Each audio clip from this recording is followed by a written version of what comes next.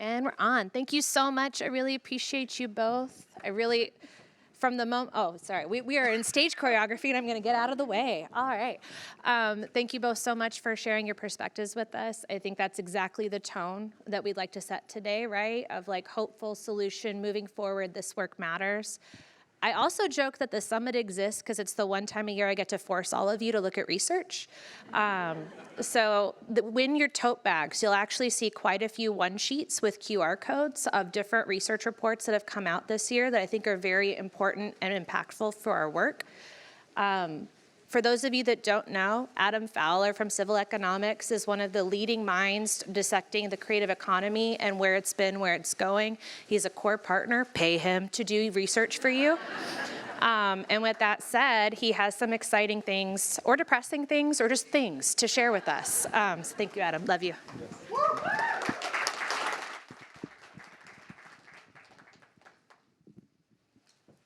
You're tall.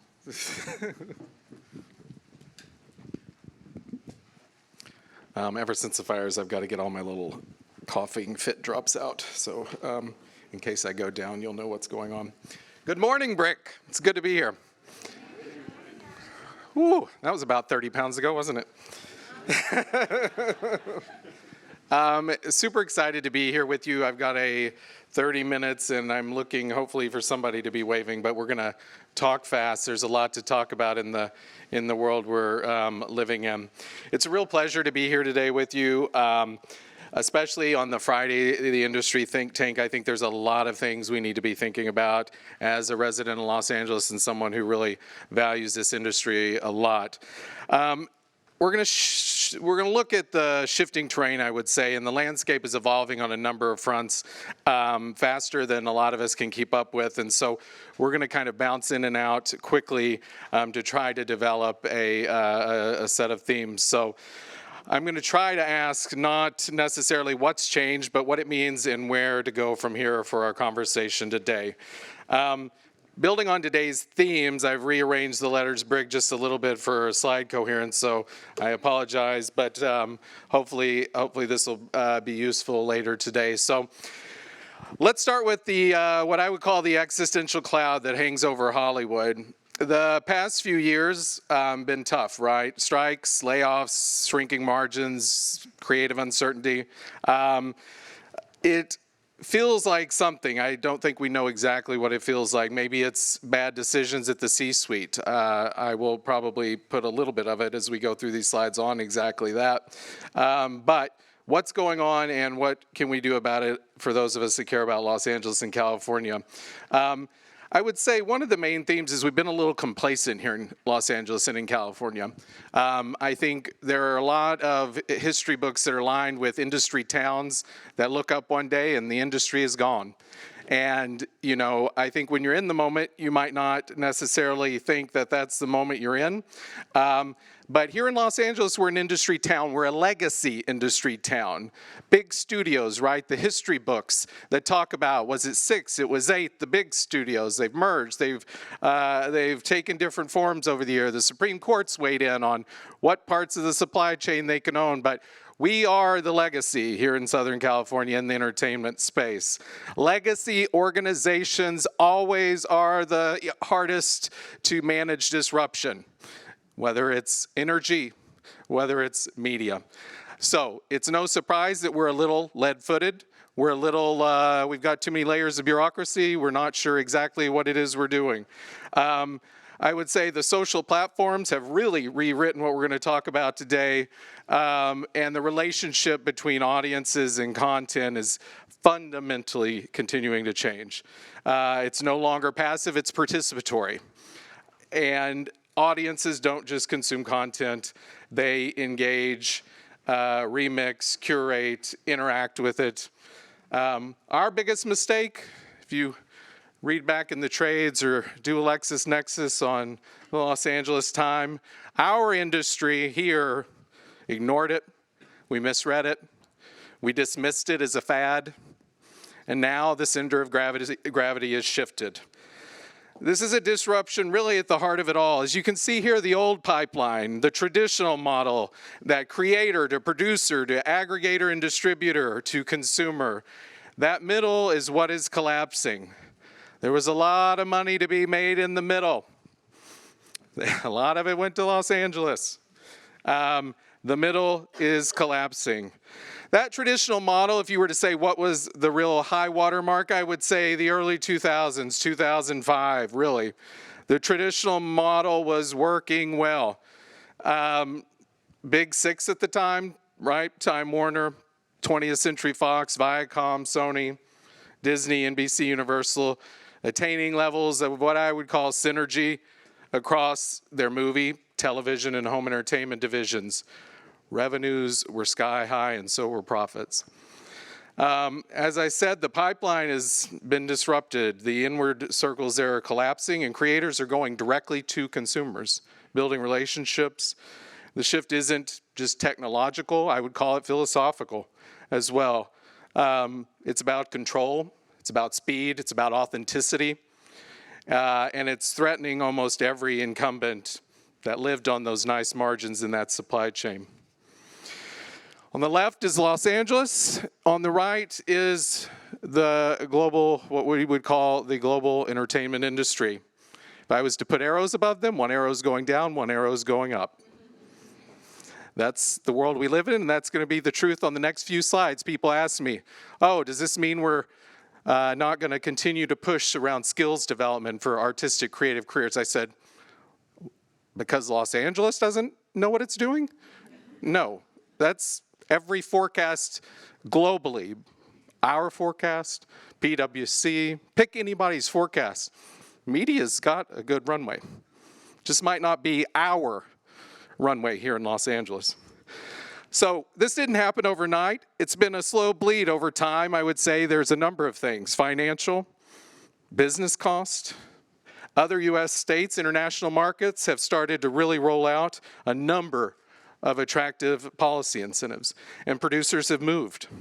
I would say TV continues. It's really irreversible decline in some ways. In Los Angeles, you can see on the left. The competition formats have shrunk. We used to say, well, we'll shoot the TV here, we'll shoot the reality here. As you know, you read the trades, and Top Chef and similar suddenly looks to go to Australia. It's kind of wild. What's interesting, we've also seen a real shift in what the big players are willing to spend for sports. A Netflix exec had a great quote. I thought it summed it up really nicely. As everybody's trying to spend more for sports rights, guess what budget gets constrained? The fictional work, the work we rely on. We wonder why that pipeline looks smaller. The money's been moved over to the sports rights the last few years. Netflix exec recently said he characterized each game of their new NFL deal is roughly equivalent of one medium-sized original film. So we wonder why the pipeline doesn't look like it used to.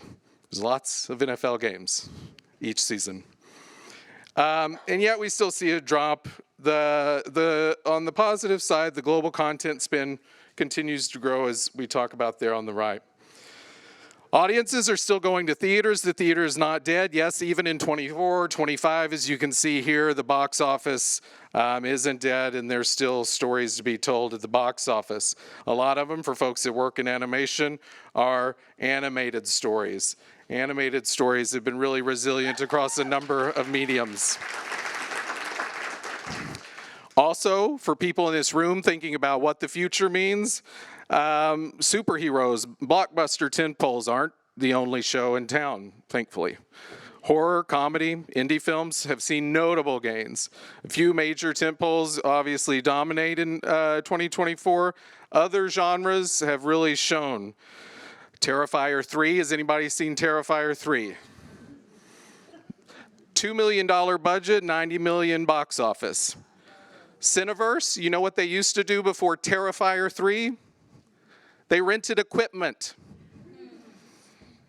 Talk about evolving, silos falling. They rented equipment. They now have a $90 million horror box office. You got to think outside the boxes. We're two in our little Los Angeles worlds of lunches at the Polo Lounge. That's not the world we're in anymore. Neon, long legs. If anybody saw long legs, another one that really did I think a distributor best for Neon. As I mentioned, animation, still a strong growth trajectory. We're happy to see that. It's a set of skills that goes across a number of creative areas. It's almost platform agnostic in some ways. It travels across borders and really generations. The U.S. animated market is projected, as you can see here, to grow more than double by 2034. Why? It's kind of a global language in and of itself. It's really nimble intellectual property. It thrives on every format, I would say. And it can be in a streaming series, it can be snipped into TikTok shorts, it can be branded kids content. I'm not gonna spend a ton of time because I don't have a ton of time. TV streaming is really what TV is anymore. Folks in the industry have got a lot of acronyms where we don't know what we're even talking about when we're talking to each other. It's a mess and tacky, and we need to solve for it. Is it OTT? Is it SV? No. And people look at each other, nod, they don't even know what they're talking about in some of these rooms, myself included half the time. Streaming is maturing, arguably plateauing. The picture on the left there has been a story for a while. That's churn. We're seeing fewer new subscribers and more churn. The genre mix is changing too. You sign up to see your one show, you sign off when its show's over. When you drop it all at once, that timeline isn't even as long. And notably, we've seen a massive shift to unscripted during this period as well. The one on the right, you can see we are starting to plateau on the number of streaming services that a home will pay for. There is a natural equilibrium out there, and it isn't grow unlimited. Few of the big legacy players, global content, still ticking up for the most part. As you can see there a little bit on the right, that red slowly ticking up for some of these folks on the sports. Genre is finally changing a little bit. It had been relatively stagnant. Crime, comedy are making a bit of a comeback. We've been in a comedy drought for a while on a number of metrics, and we're happy to see comedy finally giving us a little bit of life. Final one here, if you look at the pie on the left and the pie on the right, we're going from 2019 to 2024. World of scripted there on the left in gray, shrunk down to about 33% of total commissions globally. Whole lot of reasons, right? It's not just a creative decision, most times it's an economic one. Unscripted's faster, cheaper, and many successful YouTubers have shown us it can be global. Speaking of global, that's going to be a theme today. It's going to be a theme for a while. Globalization. Countries around the world, including our friends, some of our other neighbors here in the United States, are offering aggressive tax incentives. It's working. Production hubs in Eastern Europe, post-production hubs where Korea, Canada, supply chain is now without borders. And poor old North America, our market's tapped, right? No new subscribers to be found here. But guess what? The rest of the world is coming online. The rest of the world is getting broadband. The rest of the world is getting mobile phones. And the rest of the world is a hell of a lot bigger and a hell of a lot larger of a consumer base than we are. You know, for most of our history, the big studios were lucky if they got a bad dub to the audience in France for major blockbusters. That's just not the world we're living in anymore, but it's a world that wasn't that long ago. We're not the center of the world. Where is Netflix? Let's call out Netflix, our friends at Netflix. Last year was the first year that their spend on international was higher than their spend here. We don't forecast that going down. They've got a nice little place by the 101. Got a hell of a lot more everywhere else around the world. 5 offices, I think, in the US, roughly 24, excuse me, I think is the last count I saw in the press, around the world. So that's going to be a story. You see the headlines, Netflix, everybody's contracting, everyone's contracting. Yes, the contraction for Netflix is North American programming. Contraction, the spending in Korea is still strong, for example. Spend in a lot of markets that have yet to mature is still strong. The contraction is a North America contraction.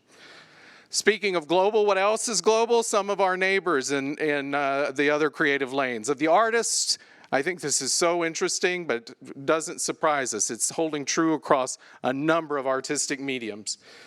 Of the artists who generated $1,000+ payout in royalties on Spotify last year, more than half of them saw the majority of their royalties come from listeners outside of their own country. We don't think of a person earning $1,000 as a big global talent, do we? But the content now is being funded by folks often outside of the country. Over half of all artists generating at least $1,000 in payouts last year have collaborated with at least one artist from another country. The artists who have generated $100,000 at least last year in royalties have recorded music in over 50 languages. Those buckets of languages, 50. Different languages. That's up from, I believe, double 2017. Music, diverse people making music.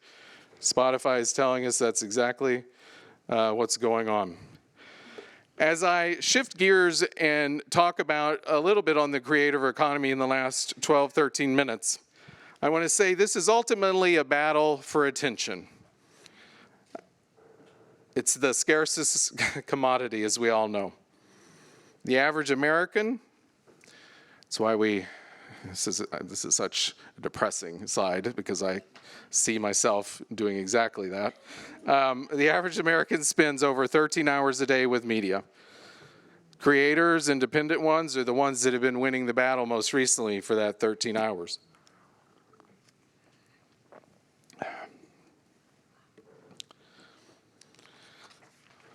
What's the universe of media that can be in front of our eyeballs? Well, the old big studios, they're in there, but mobile data, about 7.3 billion, social media, 4.9, gaming, 3.7, subscription, OTT, one of those acronyms, 1.4 billion. Folks are in a lot of different places other than television with that time. But I think one of the biggest stories has been TV viewing by streaming service on the TV itself. This, if you've read a little bit, I think the industry magazines are starting to pick up on this.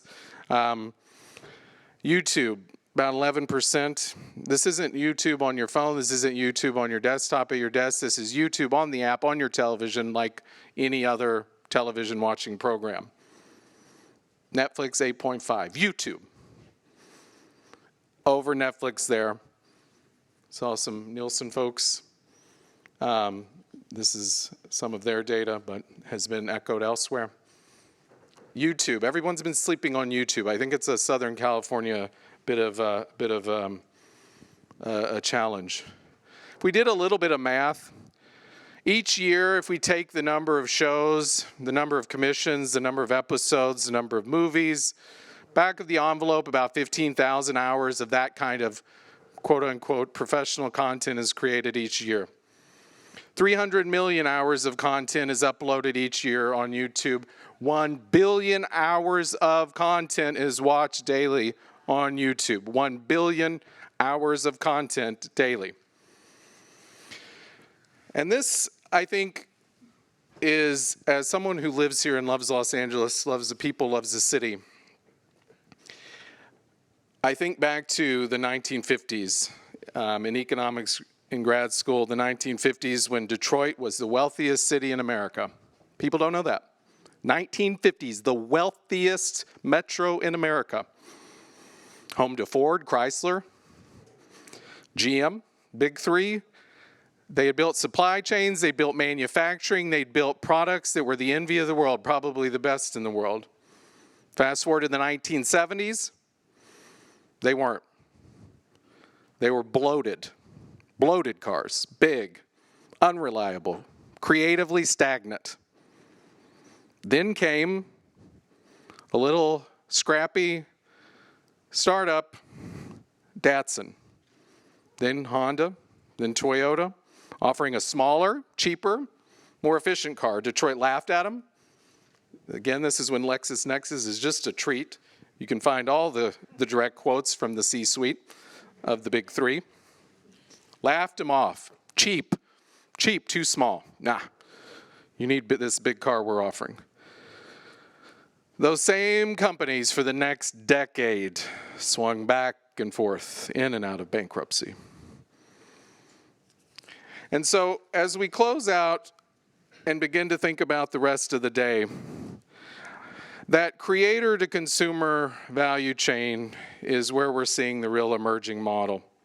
We've gone from a pipeline to what we might call a flywheel, from a top-down model to a feedback loop driven by creators and fans. And the market is responding. The biggest media companies today, not studios. They're tech platforms, YouTube, Meta, Amazon. They aren't just distributors, they are ecosystems. They monetize everything. Attention, engagement, emotion. I'm going to get a drink of water while we take a look at this figure that captures market cap of the media ecosystem.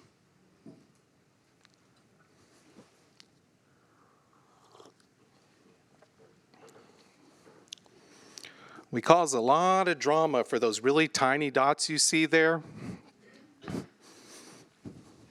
That little thing orbiting next to Disney, that's Warner Brothers Discovery. That's had a lot of drama, a lot of press spilled. Bad decisions, good decisions. Look at all the logos. When we drive around town, we see those logos. That's the market cap there next to everyone else. When we made this slide just a few weeks ago, market cap, Warner Brothers Discovery, I think it was about $25 billion. Roblox, something that gets no love, $38 billion market cap. EA Sports, $36 billion. Nintendo, $90. Netflix, $393. There at the top there, Microsoft, Apple, each at about $3 trillion. If you're doing workforce development, if you're thinking about partnerships, I get it. You've always known the guy at the studio. They're an easy email. They cut the check. You've got to start making new friends if you want to continue doing the work. Look, I don't necessarily know who that person is at tech, but you need to figure it out because you are talking investments at an order of magnitude what the bureaucracy at your friend's studio might be able to do, right? I mean, I just think we're being honest there. Same for global advertising. They've been vacuuming up. They aren't just distributors, as I said. They're an entire ecosystem. YouTube advertising revenue, 10.5. Last quarter, we got a reading from their market filings. It's rivaling traditional television. It's growing while others are contracting, and it's where the capital is flowing. What cracks me up is when I stop and think about the year 2000, I think, six?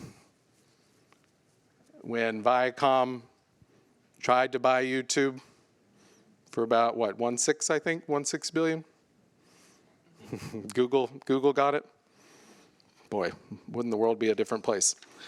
I would say for folks that are animation, YouTube's animation. It's where it is. If you don't have a strategy, if you're a big studio and you don't have a strategy, you got to start figuring one out. A lot of broadcasters, distributors in the UK are doing really interesting things. Channel 4, radically inclusive, smart YouTube strategy in the UK. You can see a number of the headlines here, new model for indie animation producers, all kinds of activity. By 2022, we're expected about a forecast of roughly $500 billion, this new market space. That's Goldman Sachs' estimate. How are folks doing it? Monetization, it's ad revenue share, it's brand direct deals, so influencer affiliate marketing and audience direct. This is where you might subscribe on a Patreon or tip or other things of that way. The old big players are moving and starting to pay attention, right? Brands now are interested. Ooh, a lot of eyes, a lot of activity. We now see upfronts for those folks. YouTube working with, Walmart working with Forbes. YouTube having its upfront here in Los Angeles. This is what used to get everyone excited about the television industry. That is now legacy gatekeepers coming cup in hand. Netflix. My friends at Netflix, the strategy is let's poach the people that are having success on YouTube. You can see a number of deals. These are just a few of the headlines. Streamers leaning in to YouTube-born creators and formats. Mrs. Rachel is one example. You probably know a lot of the other ones. Same with podcasts. Big, deep, legacy players coming knocking to the things that used to be seen as cheap, tacky, to below what we were doing here in Los Angeles. Number of mediums. I'm going to just quickly go through this. The numbers are too big and somewhat depressing for somebody that writes a lot to appreciate. This is Substack. Substack is just one of many. Patreon. Anybody listen to Matt and Shane's Secret Podcast? It's good living. OnlyFans? Yeah, we nod and look down, but if we... Let me put it in context. The figure on the right is the not laughing part. This is NBA, Premier League, NFL salary caps, juxtaposed against what OnlyFans paid out to its creators. Last year, we have data. If we think the NBA is a real thing in the economy, well, seems pretty real elsewhere too, and I think we've got to think about that. Podcast. Look there on the bottom, that red. Where are you watching your podcast? Sounds like a weird sentence, doesn't it? YouTube's coming for your podcast. Podcasts have video. Video is going a lot of different places. Gaming. Number of games released on Steam, not just driven by studio games, but indie developers. Streamers on Twitch, stream, as I mentioned, Roblox already. If we mash up content types and say, what about hours of engagement? What about eyes? What if I normalize across the type of content? Netflix, which I feel like has a lot of eyes on it in the United States. Around the world, Roblox right there, about half that. Disney Plus's streaming numbers we get excited about on the quarterly calls, to the right of eyeballs on Roblox each average month. Finally, changes aren't just happening on YouTube or in Eastern Europe. They're happening at the Home Depot. Is this picture from a studio in Manhattan or here in LA? No. This is a picture from North Carolina, Studio Orange. Studio Orange is its own studio in North Carolina because guess what? Retailers need a lot of narrative, storytelling, creative assets for the things they're trying to sell. They're now piloting to begin thinking about it as a revenue stream. Home Depot Content Lab. Walmart. Has anybody been down to Walmart Creative Studios in Playa Vista? Think for those of you in workforce, this isn't Adam up here on a theoretical thing 2 weeks ago, these job postings. Not all the job postings. I want to close in the last minute. There's an economist that in grad school that really hit a note with me, and I never get to use him, so this is the one time I thought it was actually fitting.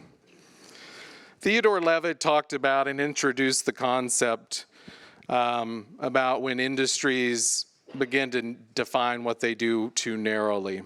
They focus on their existing products and not on the fundamental needs they serve in a market. Railroads, guess what? Railroads used to be a lot bigger than they are today. They provided transportation, but they didn't see themselves as providing transportation. The leadership got too focused on doing railroads rather than what railroads were being used to do. And so guess what? It was different companies that took advantage of the rise of automobiles and trucking. Oil companies. Oil companies were providing energy. They got too in the weeds, had their blinders on, didn't realize that they thought they were providing just oil, and they have been late to all the other fuel sources, as we all know. When you just think about Marvel as a comic book publisher, or Mattel as a toy maker, or ESPN as a sports broadcaster, and you focus on just that, you're missing the plot. I put a couple 3 points here I think are relevant. What do we know? Create and tell modern stories. Build a deep audience for people that love those stories and monetize that love. And as we sit and talk today, I want to flag that economically, this was brought up on the previous panel, diversity isn't charity. Diversity isn't a side project, it's a survival strategy. Did you see the slides I presented? That is a diverse global consumer base. Global audiences want to see themselves reflected. And if your creative teams all come from the same 5 zip codes where you went to high school, you're not going to build anything that travels, I promise you. Talent is everywhere, opportunity isn't. And for that, this diversity focus is going to be a real investment in your business. So what do we do? For those of us that love Los Angeles in the industry, I would say we lean in. We stop mourning the past. We start designing the future, because the next great wave of entertainment, I don't think it's going to come necessarily from the usual suspects we look to. And if you still think the creator platforms are beneath you, that the product is too short or too small or it looks cheap, all I can say is tread lightly, because those were the same jokes that were coming out of the C-suite in Detroit in the late 1970s. Thank you so very much.